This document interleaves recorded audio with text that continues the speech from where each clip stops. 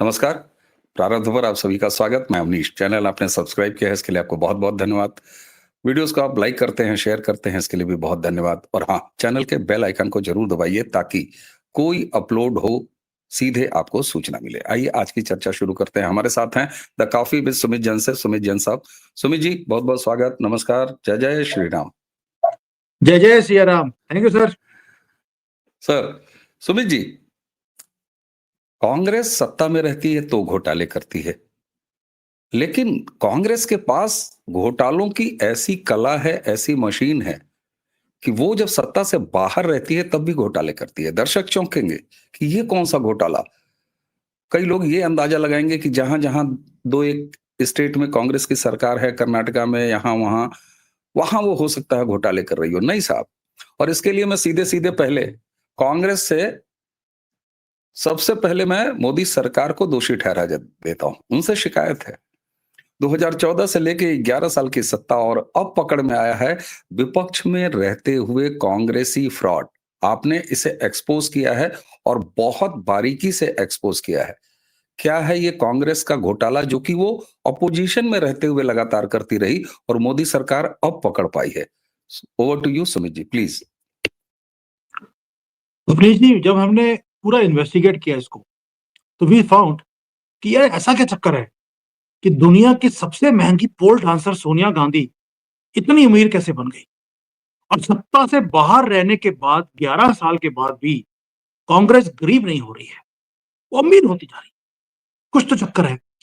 जब backward integration किया तो पता लगा कि साल की कम से कम 3,000 करोड़ की इन्होंने पेंशन बनाई हुई अपनी भारत के मनरेगा के नाम पर। नाम था मनरेगा की फॉर्मली का जो पॉलिसी थी वो शुरू होता है एमजी से, महात्मा गांधी रोजगार योजना। लेकिन वो महात्मा गांधी नहीं, वो मोहम्मद गांधी निकला, ये आज पता लगा। ऐसा भी नहीं है कि गवर्नमेंट को पहले पता नहीं था, लेकिन प्लग करने के लिए आपको एक इकोसिस्टम बनाना था क्योंकि करोड़ों में नाम ऐसे डाल दिए गए जो एग्जिस्ट ही नहीं करते। अभी गवर्नमेंट ने एक स्कीम निकाली कि आपको ई केवाईसी करनी है। उसके अंदर 35 दिन के अंदर 27 लाख नाम वो मनरेगा के जो वर्कर्स की लिस्ट थी वो वैनिश हो गए। कोई हल्ला नहीं हुआ कहीं भी। क्यों? क्योंकि वो लोग या तो एग्जिस्ट करते नहीं थे या डुप्लीकेट वो एग्जिस्ट करते थे। यानी कि राहुल गांधी चोरी भी करे और उसके बाद चोर भी बोले तो मोदी को बोले, अपने आप को ना बोले। ये हालत है।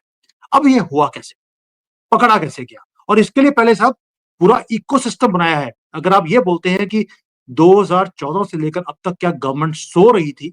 नहीं। उनको पता था कि धांधली बहुत बड़ी है, लेकिन इसको पकड़ने के लिए एक इकोसिस्टम बनाना पड़ेगा। उसका शुरू किया आपने जब जनधन अपने अकाउंट खोले, उसके बाद उसको लिंक किया आधार के साथ, उसको पैन के साथ, डायरेक्ट बेनिफिट ट्रांसफर अपने करने शुरू कर दिए। उसके बाद भी ये लोग नहीं हटे। उसके बाद भी इन्होंने ऐसा फॉर्मूला बना दिया कि एक आदमी को रजिस्टर कर दिया मनरेगा में, वो बिहार में भी रजिस्टर्ड है, वो कर्नाटका में भी रजिस्टर्ड है, वो जम्मू कश्मीर में भी रजिस्टर्ड है और तीनों जगह से पैसे भी ले रहा है। आप सोच के देखिए, ये तो गवर्नमेंट के हक्के बक्के रह गए वो कि हाउ इज इट पॉसिबल। कई बार क्या होता है कि मनरेगा में अगर किसी लेबर को काम मिलता है तो 2 घंटे का काम है, उस सुबह का काम है, 2 घंटे काम किया, उसके पैसे लेके चला गया। दोपहर को किसी और सिटी में काम चल रहा है, वही आदमी 8,000 किलोमीटर 2,000 किलोमीटर दूर जाकर वो पहले मॉर्निंग में बिहार में काम कर रहा है, शाम दोपहर को वो कर्नाटका में भी काम करता है। ये जब धांधली पकड़ी गई तो गवर्नमेंट ने बनाया एक ही चीज कि भाई आपको ई केवाईसी करनी पड़ेगी, यानी कि जब आप किसी साइट पे खड़े हैं वहां पर फोटो खींचनी पड़ेगी, आपको अपलोड करना पड़ेगा कि you were there at that site. जब ये काम हो गया तो ये सारे लोग काटे गए बिकॉज वो थे ही नहीं, एग्जिस्ट ही नहीं करते हैं, पैसे ले रहे हैं मनरेगा के नाम पर। आज एक पॉल बना दिया उन्होंने कि आज यहां पर खड्डा होगा, खड्डे के पैसे ले लिए, अगले दिन उसी खड्डे को भरने के पैसे लिए हैं। खड्डा कभी था ही नहीं, ना कभी बना ना कभी बनेगा। आज बना दिया, कल को भर दिया। ये सारी धांधली पकड़ी है, इसलिए 27 लाख लोग वो काटे गए। अब आप सोचिए देखिए कि जो मनरेगा है उसके रेट्स भी डिफरेंट डिफरेंट है डिफरेंट स्टेट्स के, ऑन एवरेज 400 रुपए आते हैं। 27 लाख को अगर आप 400 से मल्टीप्लाई करेंगे, अप्रोक्सीमेटली 100 करोड़ रुपए बनता है हर रोज का, एवरी डे। और अगर आप पूरे साल से मल्टीप्लाई करेंगे तो ऑलमोस्ट 4,000 करोड़ रुपए हो गया। फिर आपका कैलकुलेशन बोलेगा कि साहब लेकिन मनरेगा के अंदर तो मिनिमम जो है वो 100 दिन का ही काम मिलता है। तो 4,000 को आप 3 से डिवाइड कर दीजिए, आपका 1,000 करोड़, 1,000 1,500 करोड़ रुपए की धांधली हर साल की है। अभी तो ये वो लोग हैं जो ई केवाईसी अभी आपने शुरू करी है उस पे कट गए। अभी और कितना कुछ कटेगा ये आपको बाद में पता लगेगा। और दूसरा, जब ई केवाईसी करी तो पता लगा कि जो कार्ड बना है वो तो मोहम्मद के नाम पर है, लेकिन निकली आयशा। ऐसी भी धांधलियां हैं। दूसरा, इन्होंने एक काम और कर दिया कि आपका जो ई कार्ड है, जो मनरेगा के उधर कार्ड बनता है, वो उसके बाद आपका आधार, उसके बाद बैंक कार्ड, वो तीनों सेम होने चाहिए वरना आपको पैसे नहीं मिलेंगे। जब उसकी वेरिफिकेशन करी तो पता लगा आदमी तो 10 साल पहले मर चुका है, लेकिन पेमेंट आज भी वो काम करके पैसे ले रहा है। वो मैच ही नहीं करता, उसमें भी लोग काटे गए। ऐसा नहीं है कि जेन्युइन लोग इसमें से नहीं कटे। अब दिख रहा है इसमें कि 2-3 लाख लोग ऐसे भी हैं जो बहुत गरीब, बहुत किसी गांव में रहते हैं, उनके पास प्रॉपर सिस्टम नहीं था, उन्होंने गलतियां कर दी, किसी के स्पेलिंग में मिस्टेक्स हैं। यस, जेन्युइन लोग भी हैं जो कटे हैं, बट मेजॉरिटी लोग ऐसे हैं जो कांग्रेस के टाइम पर मनरेगा के अंदर रजिस्टर करे गए बिना किसी वेरिफिकेशन के। उनका ना कोई ई केवाईसी है, ना उनके कोई डॉक्यूमेंट्स हैं, उनको मनरेगा में डालकर मिडल मैन को पैसे दिए जाते थे जो आगे डिस्ट्रीब्यूट करता था। डिस्ट्रीब्यूट किसको होते थे? कांग्रेस की गांधी फैमिली को। और अब मजे की बात देखिए आप, जो पंचायत हैं गांव के अंदर, उनको पॉलिसी दे दिया गया कि आप इसको वेरीफाई करेंगे। तो पंचायत ने क्या किया? अपना फैमिली बिजनेस शुरू कर लिया। 100 नाम लिए, उसको मनरेगा में डाला, दिखा दिया कि हम गांव में काम कर रहे हैं। वो भी पैसे बना रहे हैं और ऊपर तक पैसे जा भी रहे हैं। इतनी बड़ी धांधली इन्होंने करके दी हुई थी, जिसको अभी इन्होंने गवर्नमेंट ने पकड़ा है थ्रू ई केवाईसी। ऐसा नहीं है कि गवर्नमेंट को पता नहीं था। इसलिए एक एक चीज को वो प्लग करते जा रहे हैं। अगर ऐसे करेंगे, अगर आप इसकी वेरिफिकेशन करेंगे तो करोड़ों नाम ऐसे निकलेंगे जो कभी थे ही नहीं। मोहम्मद है तो मोहम्मद का नाम है, काम इस्लाम कर रहा है। इस्लाम है तो आयशा निकलती है। तो ये जब ये सारी ई केवाईसी करके करते आप आगे निकल रहे, उसके बाद इनका सारा का सारा जो डाटाबेस है वो सीधा हो रहा है और पता लग रहा है कि किस तरह से ये काम कांग्रेस ने जानबूझ के किया ना। अब साथ में गवर्नमेंट ने एक और कर दिया कि आपका जॉब कार्ड बन गया मनरेगा के अंदर। बहुत बढ़िया बात है। अब आपको हर 5 साल में उसको रूटीन में आकर आपको वेरीफाई करवाना पड़ेगा, वरना वो इनएक्टिव हो जाएगा। नहीं तो होता क्या था, आदमी मर चुका है। जैसे आदमी मरने के बाद भी आपको मालूम है कि बिहार में, वेस्ट बंगाल में, पूरे भारत में वो वोट भी करने आए थे। तो अब हर एक 5 साल के बाद आपको वेरिफिकेशन भी करवानी है कि आप जिंदा भी हैं। तो आपके ये मल्टीपल लेवल पर आपने उसको प्लग करना शुरू कर दिया। एक, जब काम करने आए हैं तो पहले आपको फोटो खिंचानी है वहां पर, उसको अपलोड करना है कि you were at that site. एक तो ये वेरिफिकेशन हो गया। दूसरा वेरिफिकेशन है कि 5 साल के बाद आपको वेरीफाई करना है आप जिंदा भी हैं कि नहीं है, नहीं तो आपका नाम कट जाएगा, यू विल बी इनएक्टिव। और तीसरा है ई केवाईसी, आपको बार बार अपने सारे डॉक्यूमेंट्स को मैच करवाना है। ये पूरा इकोसिस्टम डालने के बाद जो आंध्र प्रदेश है, तमिलनाडु है, वहां पर मैक्सिमम लोग पाए गए जो कि मनरेगा में धांधलियां कर रहे थे। आंध्रा में तो 15 लाख लोग तो सिर्फ आंध्र प्रदेश में मिले हैं, तमिलनाडु में मिले हैं। और ये पैटर्न बड़ा क्लियर है कि वे बिना डिजिटल वेरिफिकेशन के जानबूझकर किसी पर्टिकुलर कम्युनिटीज के लोगों को डाला गया इसमें ताकि उनको बेनिफिट मिले और उनके नाम पर पैसे बनाकर खुद भी पैसे बनाए हैं। This is what is happening, nothing else. जी। सुमित जी, ये तो मतलब इतना भयानक साउंड कर रहा है। और मैंने हालांकि शुरुआत में मोदी सरकार को और इनको 11 साल में के बाद ये पकड़ पाए हैं। लेकिन आपने जो बताया कि कैसे सारी चीजों को ये सिंक्रोनाइज कर रहे थे, हर चीज को एक दूसरे से वेरीफाई कर रहे थे, और उस प्रक्रिया में ये समय लग भी सकता है। हालांकि हजारों हजार करोड़ रुपया वो उसका घोटाला कर लिया गया। एक चीज अब मैं इसमें पूछना चाहता हूं कि ये जो 27 लाख नाम थे, इनके अकाउंट्स में जो पैसे जाते थे, तो ये कौन सा सिस्टम था जिससे वो अंततः, जिसका ये पूरा खेल है, जैसा कि आप एक्सपोज कर रहे हो, उस तक पैसे पहुंचते थे? वो कौन सा एक चैनल था? देखिए, पहली बात ये है कि जब ये स्कीम शुरू करी, ये कांग्रेस की ही शुरू करी गई थी। जब ये इनको मालूम था कि 2009 में ये हारने वाले हैं, इन्होंने स्कीम शुरू कर दी मनरेगा की, फिर पैसे बांटे जाएंगे। तो पहले बात है, ये शुरुआत है उसी में धांधली से ही शुरू किया था, जहां पर कांग्रेस ने एक ऐसा सिस्टम बना दिया कि किसी वेरिफिकेशन के बिना इन्होंने जॉब कार्ड्स को इशू कर दिया, और मोस्टली जो जॉब कार्ड्स थे वो फेक थे।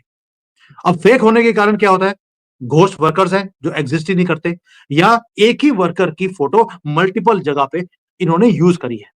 उस वक्त सिस्टम कैसे चलता था कि मिडिल मैन को पैसे दिए जाते थे, मिडिल मैन के थ्रू पैसे वापस ऊपर तक गांधी फैमिली तक पहुंच जाते थे। गवर्नमेंट ने आके जब ये, आपको याद है कि जब जन जन लोगों के खाते खोले, उसको लिंक किया आपके आधार के साथ और के साथ, तो थोड़ी सी धांधलियां थी वो पकड़नी शुरू हो गई। बट इन्होंने क्या किया कि जिनके अकाउंट थे, जो एक्चुअली में लोग एग्जिस्ट करते थे, उनके नाम के सेम फोटो यूज करके नाम डिफरेंट लिया और डिफरेंट जगह पे उसको रजिस्टर कर दिया। अब जब उसकी ई केवाईसी हो रही है तो लोग एग्जिस्ट नहीं करते, तो ये क्या कर रहे हैं, काम होता नहीं है, डिफरेंट अकाउंट्स में पैसे ले जा रहे हैं एक ही बंदे के नाम के ऊपर, या एक ही बंदे की फोटो यूज करके 10 जगह पर उन्होंने उसी बंदे को पाया।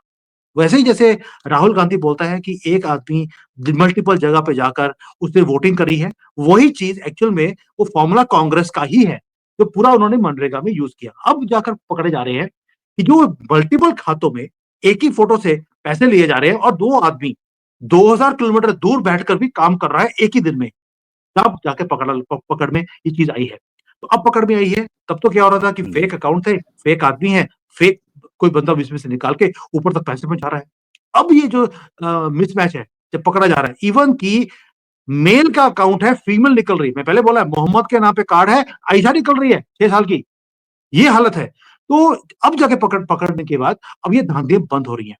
अब जैसे जैसे बंद होंगी, आप देखेंगे ये नया कोई ना कोई फार्मूला निकाल के ले आएंगे। इनके पास फार्मूलों की कमी नहीं है, इनको देश को तरक्की कैसे करनी है, देश को आगे कैसे लेके जाना है, उसका फॉर्मूला नहीं है।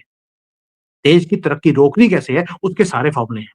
और साहब, बड़ी-बड़ी कंपनियां फॉरेन की इनको मैनेजमेंट देती हैं कि किस तरह से देश को वीक करना है, कैसे अंदर से खोखला करना है और खुद कैसे अमीर बनना है।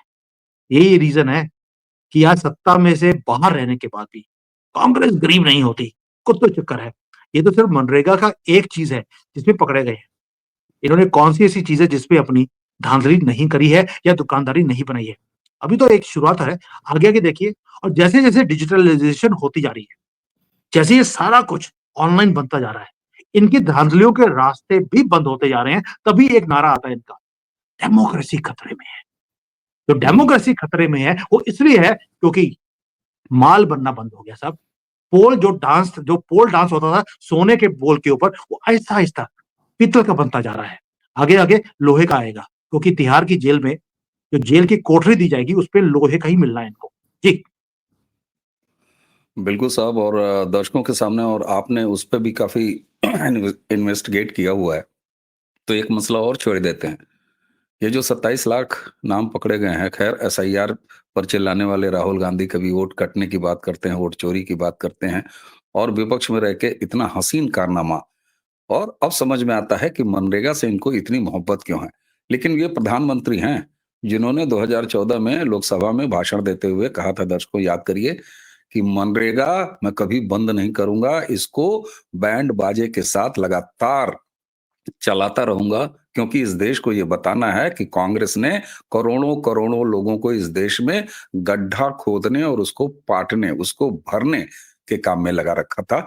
ये कांग्रेस का देश के विकास का मॉडल था। लेकिन कांग्रेस के एक और खेल पे लेके चलता हूँ आपको, मणिपुर। अचानक मणिपुर से इनका मोह भंग हो गया। अब कांग्रेसी इकोसिस्टम मणिपुर का उतना नाम नहीं लेती। ये वही मणिपुर है जहां पर 3 हसीन चीजें पाई जाती हैं। क्रिश्चियनिटी यानी वेटिकन संबंध, कांग्रेस, ड्रग्स, और उसी के साथ अगर मैं टिम्बर भी जोड़ दूं तो ये चौथा हसीन खेल। कांग्रेस का पूरा इंटरेस्ट, उनके इकोसिस्टम का पूरा इंटरेस्ट मणिपुर में क्या इसी वजह से था, और मणिपुर में आसपास राज्यपालों की जो नियुक्तियां हुई हैं, जहां मेजर्स मतलब हमारे सेना के बैकग्राउंड के लोगों को भी भेजा गया है राज्यपाल बना के, उसके बाद से कांग्रेस का मोह भंग हो गया। दरअसल कांग्रेस का मोह भंग मणिपुर की उस सो कॉल्ड समस्या से हुआ कि साहब, ड्रग्स, टिम्बर एंड कांग्रेस, साथ में वेटिकन का तड़का। सर, मणिपुर में क्या पूरे भारत से कभी राहुल गंदगी को और उसकी फैमिली को कभी प्यार था ही नहीं। ये बिठाए गए हैं यहाँ पे गंद डालने के लिए, पैसे कमाने के लिए। अब आते हैं मणिपुर के ऊपर। मणिपुर इंपॉर्टेंट क्यों था? वो एक हेवन था ड्रग्स के लिए, बिल्कुल सही कहा आपने। ड्रग्स कहाँ से आती हैं? चाइना से आती हैं। चाइना से प्यार किसको है? वही जहां पर 2008 में एक एग्रीमेंट करके आया था और देश को बेच दिया था। अब सिस्टमैटिकली बेचा कैसे है? ये मैं इसलिए बता सकता हूं क्योंकि जो मणिपुर के और त्रिपुरा के जो सीएम हैं, मेरी उनसे मीटिंग हुआ था दिल्ली में बैठकर। उन्होंने मुझे पूरा एक डिटेल में बताया कि हुआ क्या था वहां पर। वहां पर आपकी बैम्बू की बहुत ज्यादा पैदावार है, बहुत बड़े जंगल है, और बैम्बू से हम लोग बहुत चीजें बनाते थे भारत के अंदर। जो वहां के गरीब लोग थे, वो ये काम करते थे, इसको प्रोडक्ट्स के अंदर यूज करते थे। उसको काट कर जो पेपर मिल्स हैं, वहां पर बैम्बू जाता था पल्प बनाने के लिए, वहां से पेपर बनता था। इन्होंने आकर बैम्बू की कटाई को बंद कर दिया, उसको ट्री की कैटेगरी में ले आए, जबकि वो ट्री नहीं है। कि पेड़ काटना बंद करिए, और टिम्बर को भी इन्होंने इसको टिम्बर बोल दिया, बैम्बू को भी काटने पे इन्होंने रोक लगा दी। लेकिन इंपोर्ट कर सकते हैं। इंपोर्ट कहां से होता था? वही प्रोडक्ट जो भारत के, मणिपुर के और त्रिपुरा के लोग बनाते थे, वो चाइना से बनकर आने शुरू हो गए। जब वहां पर गरीबी आई, जब वहां पे उनका रोजगार हाथ से निकल गया, तो उनको लगा दिया ड्रग्स को उगाने के लिए। ये सारा सीएए का प्लान था, जहां पर राहुल गांधी ने हाथ दिया, हाथ जोड़ा उनके साथ, और वहां पर खेती शुरू हुई ड्रग्स की। जब ड्रग्स की खेती शुरू हुई तो उसको प्रोटेक्शन चाहिए। प्रोटेक्शन भी कौन दे रहा है? राहुल गांधी की पूरी फैमिली, और साथ में सीएए साथ में जुड़ गया। बिकॉज उनके हाथ से आहिस्ता आहिस्ता अफगानिस्तान हाथ से निकल रहा था, वो इनकी बात नहीं सुन रहे थे। उनको एक नया हेवन चाहिए था ड्रग्स को उगाने का। उन्होंने मणिपुर को बनाया ग्राउंड, और राहुल गांधी ने पूरा साथ दिया उस काम में। जब ये बोलते हैं मोदी जी मणिपुर क्यों नहीं जाते? क्योंकि प्लान था मोदी वहां पे पहुंचे और वहां पर अटैक हो। जब मोदी जी ने सारी चीजों को न्यूट्रलाइज कर दिया वहां पर, जब एजेंसीज ने बोला now it is safe, then Modi ji went there.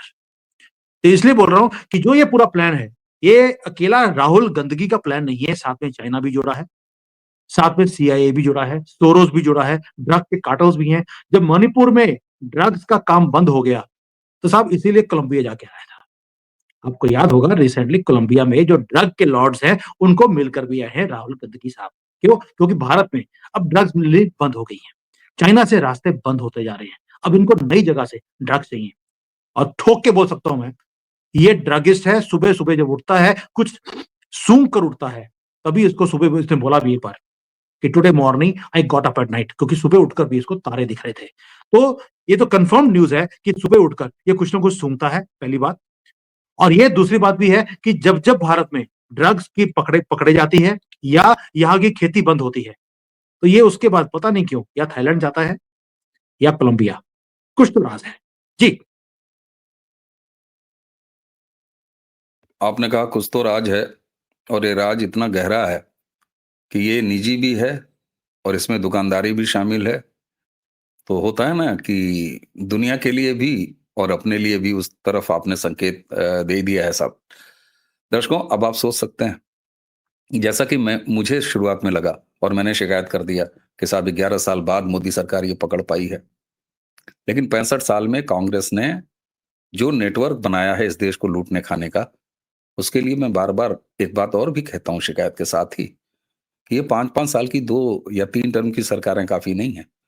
इसीलिए हमें डबल इंजन की सरकार, जो राष्ट्र प्रथम के भाव से आगे बढ़ रही है, उसको एक लंबा टेन्योर देना पड़ेगा। और संतोष इस बात का है सुमित जी, कि भारत बिहार से लेके बंगाल तक अब जाग रहा है। दिल्ली में तो वो जाग ही चुका है, हरियाणा में जगा, पंजाब की चिंता मैं बार-बार करता हूँ, वहाँ भी जगेगा, और in totality pan India Lok Sabha में 2014 से लगातार जगा हुआ है। सुमित जी, इतनी इन्वेस्टिगेट करने के बाद जो जानकारी आपने दी है, इसे तर्कों के आधार पर जिस तरीके से आपने प्रस्तुत किया है, मुझे लगता है कि शर्म आनी चाहिए इस देश की अपने आप को so called main stream media कहते हुए। उनका ध्यान इस तरफ नहीं जाता। राहुल का इकोसिस्टम वोट चोरी नाम के फर्जी चूरन जरूर बेचता है, लेकिन अब राष्ट्रवादियों का यह धर्म है, ये घोटाला विपक्ष में रहते हुए, ये फ्रॉड विपक्ष में रहते हुए जो कांग्रेस ने किया था, जिसको मोदी सरकार ने पकड़ा है, 27 लाख ऐसे अकाउंट जो हजारों हजार की चोरी साल भर में करते थे, और वो कहाँ इस्तेमाल होता है, वो सब जानते हैं। हमें अब इसको एक्सपोज करना चाहिए। हमें विश्वास है कि दर्शकों, ये बात अगर आपको समझ में आया हो, तो इसे ज़रूर आगे फॉरवर्ड कीजिएगा। चैनल आपने सब्सक्राइब किया है, इसके लिए आपको बहुत-बहुत धन्यवाद। वीडियोज़ को लाइक ज़रूर करते रहिए, ताकि ज़्यादा से ज़्यादा लोगों तक आपके प्रारब्ध की बात पहुँचे। और हाँ, बेल आइकन ज़रूर दबाइए, ताकि सुमित जी प्रारब्ध पर जब भी इस तरह की कोई विस्फोटक जानकारी भरा वीडियो लेके आएँ, तो आपको सीधे सूचना मिल जाए। सुमित जी, इस अहम जानकारी के लिए एक बार फिर आपको बहुत-बहुत धन्यवाद। तो दर्शकों, आज की चर्चा अब यहीं समाप्त करेंगे। मुझे यानी अवनीश और सुमित जी दोनों को आज्ञा दीजिए। नमस्कार, प्रणाम, जय जय श्री राम। जय जय सिया राम।